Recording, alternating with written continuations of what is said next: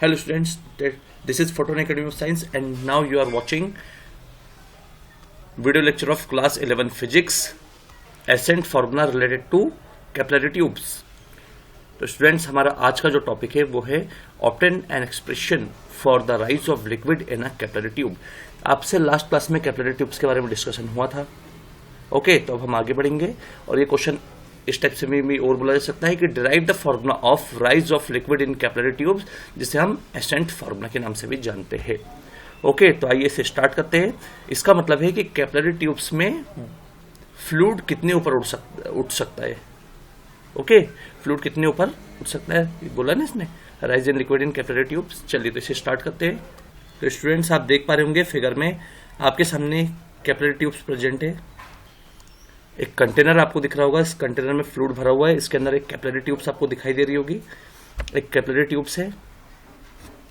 Okay, ये आप देख पा रहे होंगे कैपिलरी ट्यूब्स जो है इसकी रेडियस स्मॉल आर है। ये T cos theta vertical element और T sine theta horizontal element है। टी सरफेस टेंशन है, यहाँ पे टी है सरफेस टेंशन। ओके, और यहाँ पे सरफेस टेंशन और रिएक्शन फोर्स आपस में इक्वल है। ओके, ये देखिएगा ये एंगल ऑफ कांटेक्ट है जो आपको थीटा दिख रहा है बाहर भी और अंदर भी। ओके, और ये देखिए आप कैपिलरी ट्यूब्स में एच हाइट तक फ्लूइड भरा हुआ है, तो अपने को एच हाइट के बारे में बतानी है बात। ओके, तो आइए हम इससे स्टार्ट करते हैं कि कैपिलरी ट्यूब्स में आखिर फ्लूइड ऊपर चढ़ता है तो कितने ऊपर चढ़ सकता है, हम इसे लिख रहे हैं। देखिए, तो डिस्क्रिप्शन तो आप जानते हैं कि इन गिवन फिगर आपको पता है, गिवन फिगर, इस फिगर में आप देख पा रहे होंगे, इसको हम नाम दे देते हैं एक्स वाई। तो एक्स वाई एक कैपिलरी ट्यूब से, in given figure X Y equals to a capillary tube है। और सिंस आपको पता होगा इसमें फ्लूइड की जो हाइट है एच है, एच हाइट ऑफ लिक्विड बोल सकते हैं, fluid height of liquid in tube, capillary tube. Okay, याद रखिएगा यहाँ पे टी जो है वो है सरफेस टेंशन। इस चैप्टर में सरफेस टेंशन के बारे में हमने पढ़े, सरफेस टेंशन है टी, और आर है आपका रिएक्शन फोर्स। तो reaction force equal to surface tension है, आपको दिख रहा है आपको। तो यहाँ पे आपको देखना चाहिए टू एलिमेंट्स वर्क कर रहे हैं। एक एलिमेंट है आपका टी कॉस थीटा और एक एलिमेंट है आपका टी साइन थीटा। तो टी कॉस थीटा जो है आपका देखिए वर्टिकल में है वाई एक्सिस पे, इसलिए होगा आपका vertical element, vertical element. Okay, और टी साइन थीटा जो है आपका वो है हॉरिजॉन्टल एलिमेंट। आपको क्लियर होना चाहिए। और स्मॉल आर जो है वो है रेडियस ऑफ ट्यूब, आपको दिख रहा होगा स्मॉल आर जो है radius of tube, radius of capillary tube. Okay, आपको चीज बनना चाहिए।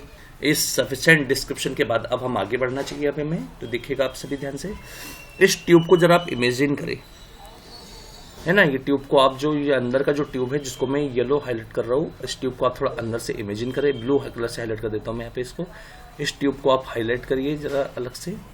देखिए अब इस ट्यूब के अंदर चलते, ये तो कंटेनर के अंदर अपन ने कैपिलरी ट्यूब देख लिए, अब हमें मेन कैपिलरी ट्यूब को देखना चाहिए। तो देखिए भाई, अब मैं मेन कैपिलरी ट्यूब में आ रहा हूँ। तो देखिए ये हम यहाँ पे मेन कैपिलरी ट्यूब्स में आ चुके हैं, आपने देखे होंगे।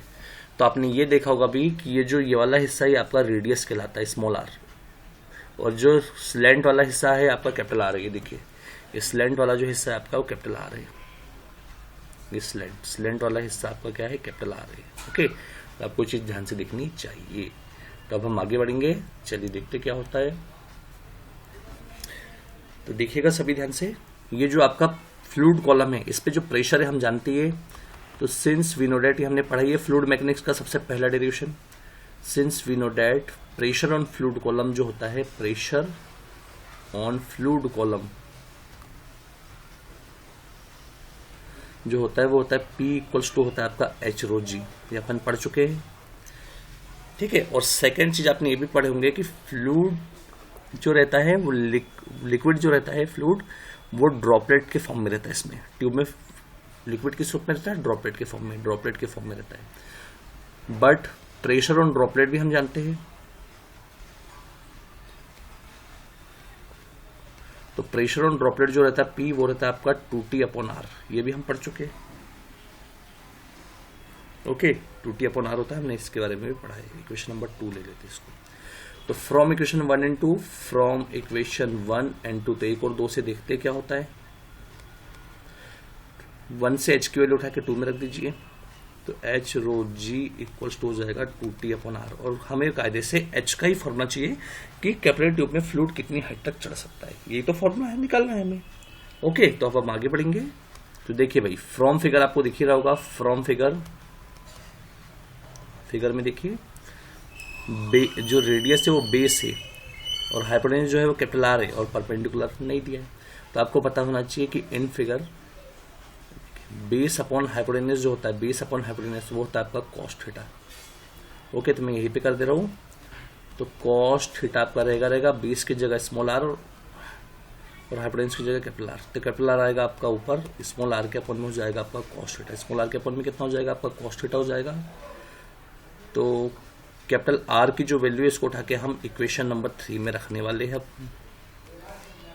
फ्रॉम इक्वेशन नंबर 3 देखिएगा ध्यान से भाई सभी, तो ये आपका P रहेगा 2T आपका रहेगा। कैपिटल R की जगह हम small r upon cos theta रखेंगे। तो P इक्वल्स टू हो जाएगा 2T, कॉस थीटा पलट के आपका जाएगा ऊपर और नीचे हो जाएगा R। ओके, अब P की वैल्यू तो आप जानते हैं इक्वेशन 3 में H रो जी, अपन ने चलिए H रो जी नहीं रखे, हालांकि P की वैल्यू H रो जी होती है, हम रख देते हैं इसको, कोई प्रॉब्लम नहीं है। तो देखिए आ गया हमारा आंसर H रो जी, यहाँ पर भी H रो जी, तो H को रोक लो भाई सभी। तो H इक्वल्स हो जाएगा 2T कॉस थीटा के अपॉन में हो जाएगा R और ये रो जी आपका इंटू से डिवाइड में आ जाएगा।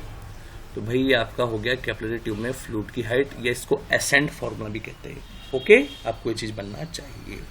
आप वीडियो को पॉज करके भी देख सकते हैं और अगर आपको कोई डाउट है तो आप उसका स्क्रीनशॉट लेके मुझे उस पर सर्कल लगा के आप मुझे व्हाट्सएप पे भी पर्सनली पूछ सकते हैं। बट बात यह है कि यहाँ पे क्वेश्चन आपको बहुत ही ईजी ढंग से कराया गया है। ओके, आप इसे देखिएगा, ये बहुत कठिन है पर आपको हमने ईजी से ईजी ढंग का यूज करके यहाँ पे बताया। जहाँ पे एक फिगर से वर्क होना था हमने वहाँ पे आपको 3 फिगर बताए, उन तीनों फिगरों से हम आपको क्वेश्चन को ईजी कर पाए।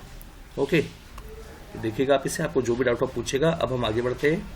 हमारा जो अगला क्वेश्चन है वो भी हम आपको इसी बेस पे करवाने वाले हैं, सेम टू सेम यही डेरिवेशन आप करिएगा और फिर आप आगे बढ़िएगा। हमारा जो न्यू क्वेश्चन है वो है obtain the expression of surface tension of a liquid in capillary tubes in following condition.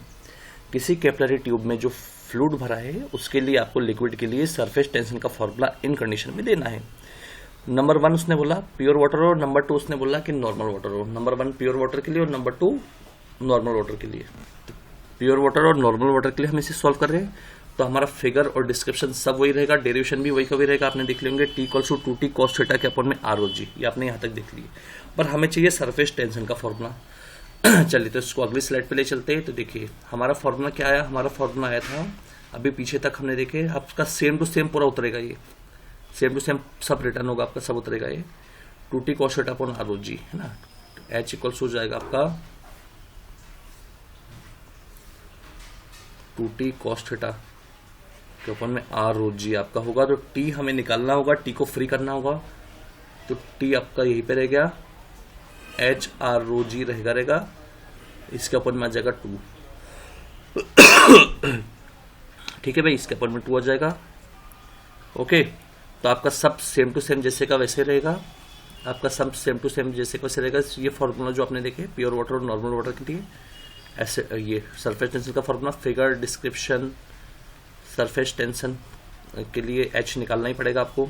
फिर आप रखेंगे H इक्वल्स टू कितना 2T cos theta upon R और G, अब भी निकला हमारा पीछे। फिर हम क्या कर रहे हैं, H T को सरफेस टेंशन को यहाँ पे रख देंगे, हम सरफेस टेंशन को T को रख देंगे, H के पास हमारा R रो G जो डिवाइड में है वो इनटू में आ जाएगा और 2 कॉस थीटा आपका आ जाएगा नीचे। ओके, तो ये आपका नॉर्मल वाटर के लिए, किसके लिए हो गया, for normal water, normal water.